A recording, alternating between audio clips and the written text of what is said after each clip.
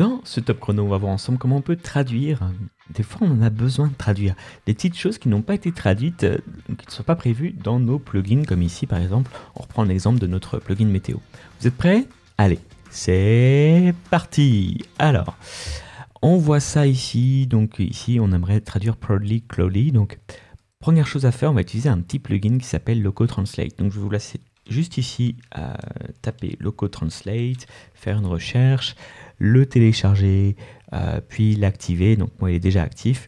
Une fois qu'il est actif, vous avez juste qu'à cliquer ici, voilà, Loco Translate. Donc la petite difficulté là, c'est qu'il va falloir aller chercher le plugin. Donc moi c'est Elementpack qui est responsable de la traduction. Là c'est assez simple, c'est Elementpack. Donc je clique dessus.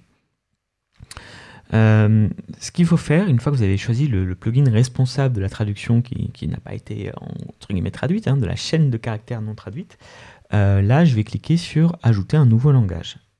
Donc bien sûr vous allez sélectionner le français, voilà, et ici vous ne changez rien.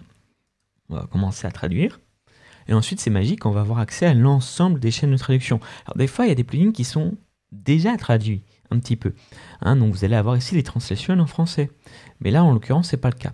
Donc après c'est assez simple, il suffit juste, donc ça j'en ai pas besoin, je retourne ici, de voir ce qui est marqué ici, Parsley Clowly, ok, donc je vais taper Clowly par exemple, voilà, donc vous voyez qu'ici je retrouve mes deux chaînes de caractères, donc ici si je le passe sur DeepL, ce que j'ai déjà fait, donc il y a un traducteur que j'aime bien, vraiment super, je vais pouvoir ici mettre ma chaîne de traduction. Ici d'ailleurs, je vais mettre nuageux tout simplement. Voilà, donc respectez bien les espaces, il y a des espaces, il y a des chaînes de caractères bien sûr. Vous sauvegardez.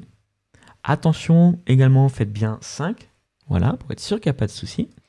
Et donc maintenant, si je vais aller voir mon petit plugin en situation réelle, donc je recherche la page, vous voyez que ça a bien été pris en compte. Voilà, donc Loco Translate, attention, une chose que je tenais à vous dire, il n'est fait que vraiment pour pas traduire votre site, mais traduire des plugins. Voilà, donc si, comme c'était le cas là, il y a des plugins qui n'ont pas été bien traduits, ou entièrement, dont vous souhaitez même changer la traduction, c'est possible avec Loco Translate, qui est un plugin que j'utilise de façon gratuite. Donc voilà, petit plugin très sympa pour faire des petites retouches comme ça, très rapidement.